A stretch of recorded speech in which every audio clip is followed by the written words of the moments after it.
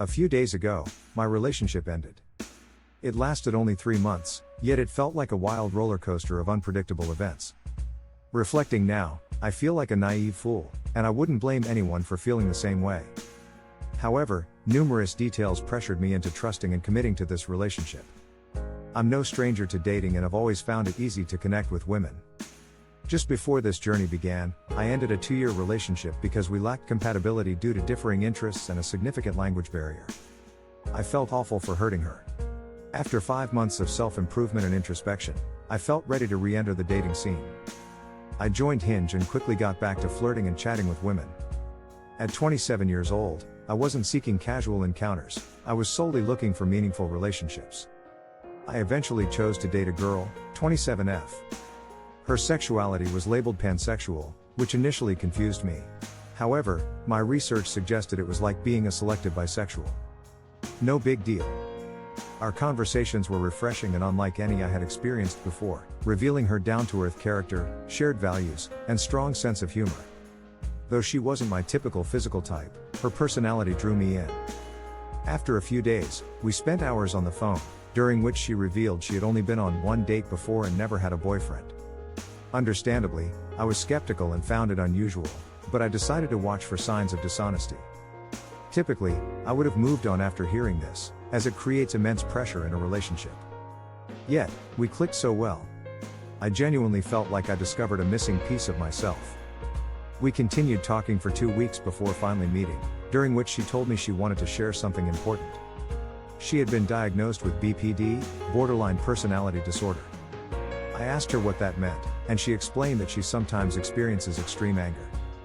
Although that sounded alarming, from her stories, it seemed she didn't get angry as much as she claimed.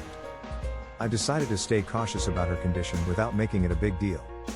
Arranging to meet was challenging, given her demanding 6-day work schedule. We planned to meet at a 24-hour diner to sit and talk in the car, but she opted to come over to my place last minute. This felt a bit strange for a first date, but I figured she felt secure since I use a wheelchair. She arrived, and we enjoyed great conversations until 4 a.m., after which she left. The next day, she expressed how much fun she had and seemed surprised I hadn't made a move.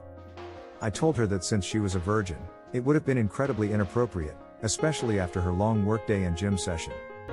She said my respectful stance was appreciated, but added that had I tried, she would likely have been open to it. I felt uneasy considering the unusual nature of a 27-year-old virgin wanting to be intimate so quickly. Naturally, skepticism crept in.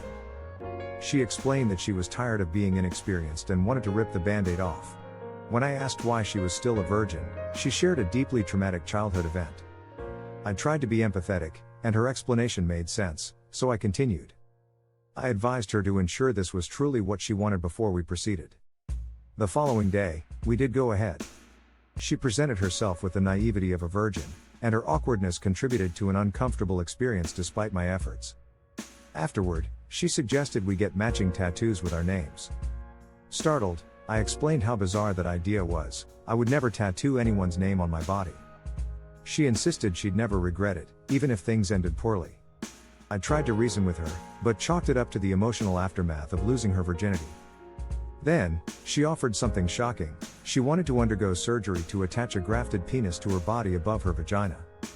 I struggled to keep my composure and simply asked questions because this sounded insane. She seemed to sense my concern and claimed she had wanted this since childhood but recognized it was a wild idea.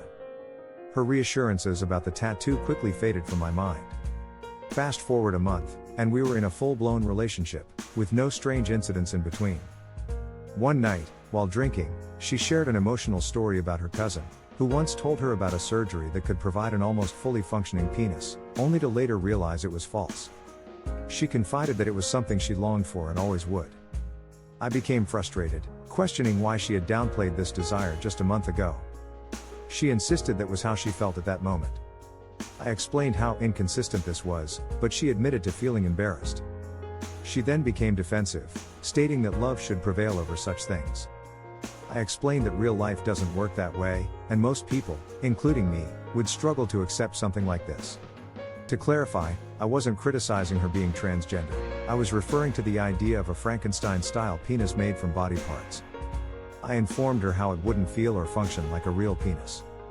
At this point, it seemed absurd. She argued it might be possible, but I explained how complicated nerve structures and technology could barely repair injuries, such as my own. She assured me she wouldn't pursue anything her partner wouldn't approve of, promising it wouldn't happen if we were together. In hindsight, I now feel embarrassed for not leaving, recognizing she had serious issues. I had shared many personal details, prompting her curiosity, so I tried not to appear judgmental. After that conversation, I pushed it from my mind and hoped it wouldn't resurface. There's so much more to the story, especially how our relationship ended, but I'll stop here. I hope you found this enlightening.